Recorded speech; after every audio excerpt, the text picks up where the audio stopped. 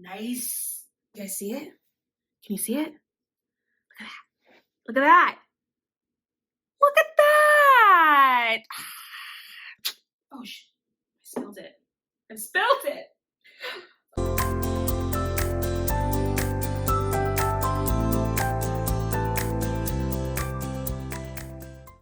Hey guys, welcome back to my channel. It's Mr. Green here, and today we're going to be doing earth magic with candles. So we're going to be doing candle magic today, but we're going to be using earth and earth energy to actually do what it is that we want to do. What we're going to be focused on today is going to be creativity, strength, courage, that sort of inner power, and your ability to sort of harness your cojones when it comes to things that you want to do. Sometimes in life, you want to do something, you have a dream, but you're too afraid to follow it because you don't know if you can do it or what's on the other side of that dream. And sometimes you need a little bit of courage or a little kick in the ass in order to get you going. And it's hard to find that sometimes, right? A lot of the reason why it's hard for you to get there is because you're not grounded, right? When you're not grounded, you are more susceptible to having a bunch of thoughts that are usually not serving your highest good, and you have a tendency to talk yourself out of things when you should be talking yourself into things. So we're going to use earth magic while we do candle magic in order to ground ourselves, to make it easier for us to bring in the things that we want to do.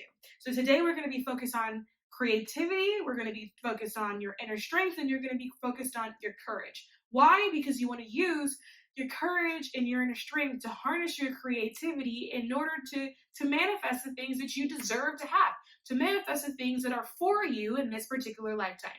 We are going to be using a brown candle for this particular one, and before you guys at me, okay, I know that in my candle colors video, I said brown is good for for friendships, not relationships, friendships, which it is. But on the off moment that you are really trying to harness the energy of the earth and really trying to work with the grounding energies of the earth, you can use a brown candle, and the brown candle actually signifies the dirt and the soil. It almost signifies you placing your feet firmly on the ground. So today I got brown, and that's what we're going to be using. This is also going to be a fun video because this is everything that I have gotten out of the Witch's Moon box.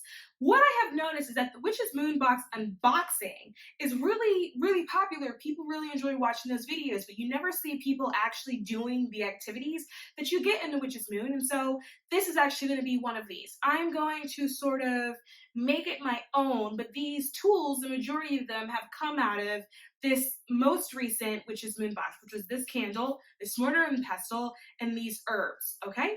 And so let's get started.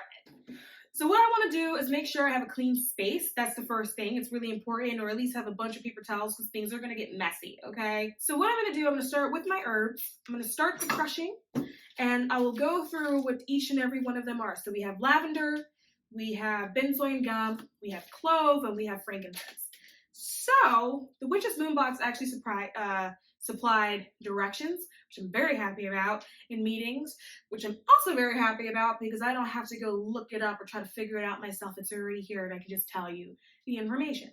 So this particular thing I'm going to be using personally for courage and strength to pursue my creative endeavors. So initially with the Witch's Moon box, this is actually supposed to be a home blessing, and they've actually given us the recipe in order to do so. But when reading the recipe, I have also realized the same recipe can be applied towards the sort of creative, inner strength, inner power, courage thing that I'm actually trying to work on.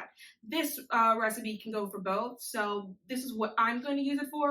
If you watch this and you find that you would prefer to use this for a home blessing, you can do that too. I think it'll go both ways.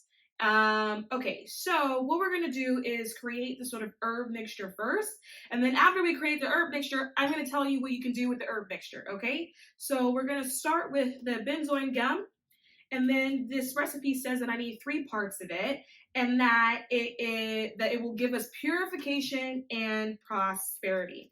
Now, I love when those things come together. I'll tell you why. Sometimes what people try to do, they try to manifest something without first cleansing the space, without first clearing things out, and they get upset because they feel like nothing happened, like, oh, the magic didn't work, why didn't the magic work, or whatever.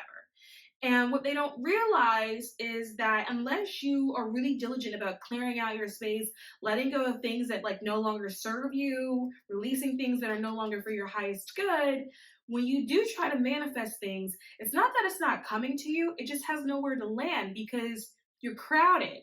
Your energetic field is already full. So where is it supposed to go? So I'm always really excited when I find something like this benzoin gum that purifies and promotes and produces prosperity, because not only does it clear out your energetic field, it creates a place for new beautiful things to come. So I'm really excited about that. And then the next thing on the recipe is 2 parts clove. And clove is protection, prosperity, and love. So we'll do 2 parts clove. And I've got like this little tiny spoon that I use for things like this. 1 part, 2 part.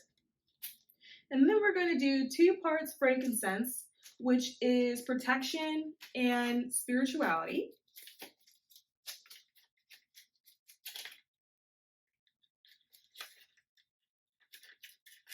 Frankincense, by the way, is also one of those kind of like holy herbs.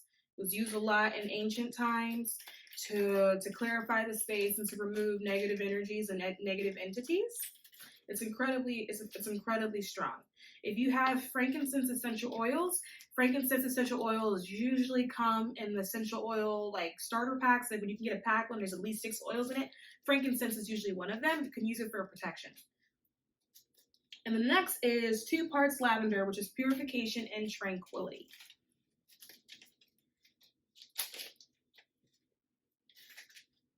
One part, 2 parts. And then I'm going to take this and I'm going to break it up. Nice. All right. Combine the ingredients in mortar and pestle, grind into a fine powder. Create during opportune times like a Sunday afternoon for prosperity and purification, or a Tuesday or Thursday at midnight for protection. If so inspired, modify or personalize with other herbs, resins, essential or anointing oils. For further charge with favorite crystals during auspicious days or astrological events, allow your intuition to act as your guide. Congratulations, I'm using an astrological event because when I'm recording this, we are currently new moon in Gemini, which is great for contracts, negotiations, and business luck. And that is what I'm doing this for, which is why I'm specifically tailoring it for creative inner strength and courage for what it is that I particularly want to do. I'm just a little sad that it says into a fine powder, and it is not yet into a fine powder, so off we go.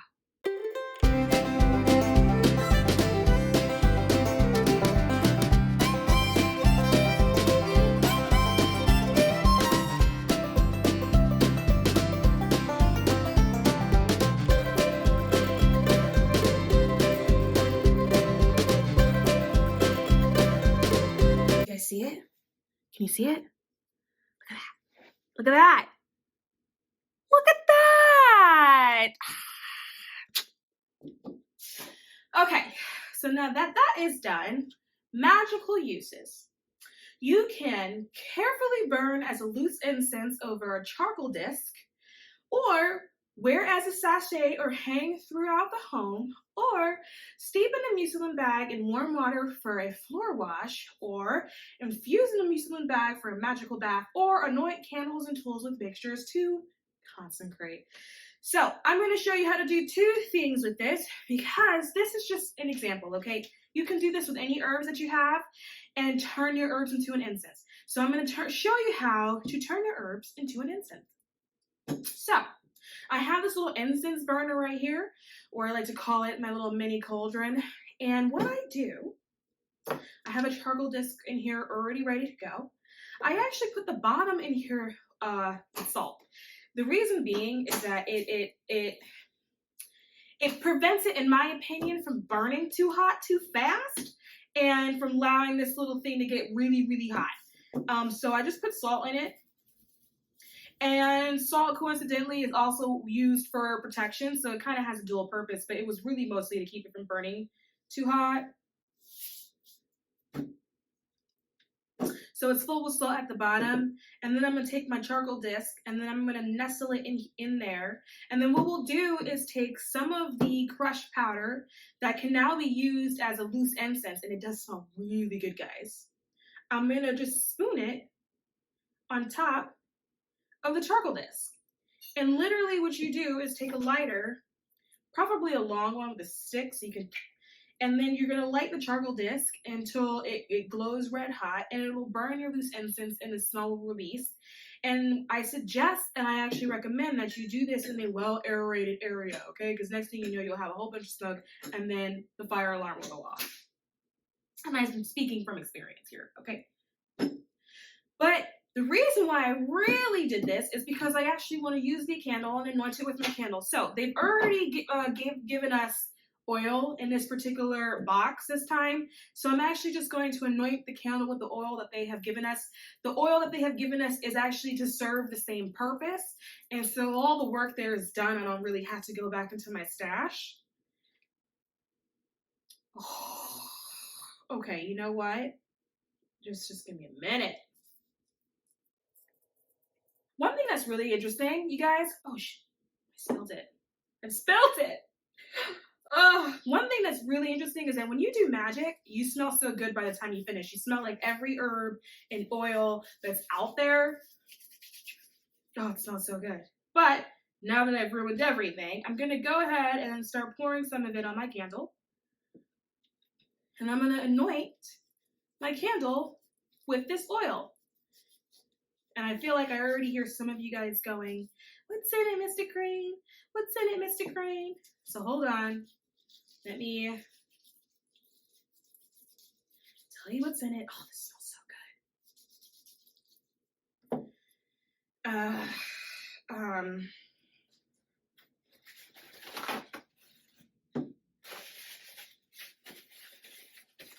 All right. What's in the oil? So in the oil is jasmine, vanilla, cedar, sandalwood, and chamomile oils, as well as oak, elderflower, and birch bark. There's also a Lemurian quartz inside the aura, which is said to personify one with their own energy. This oil has the intention of nurturing your energy with motherly and fruitful abundance, hence earth magic, because earth magic is motherly and it is fruitful and it is prosperous. And also promotes the energies for inspiration and intellect. So that is what the oil is. It smells really good too. All right, so now that that's done, it's just so messy. Put this back before it gets too oily. Oh, and this, by the way, guys, is another one of my books of magic. I have a Books of Ancestors, but this is, I don't know what you want to call it, a grimoire, a book of shadows, a magic book. Yeah. Okay, so I'm going to take the loose powder, the loose incense powder, or the loose herb blend. It's literally both, and because it's created with herbs, right?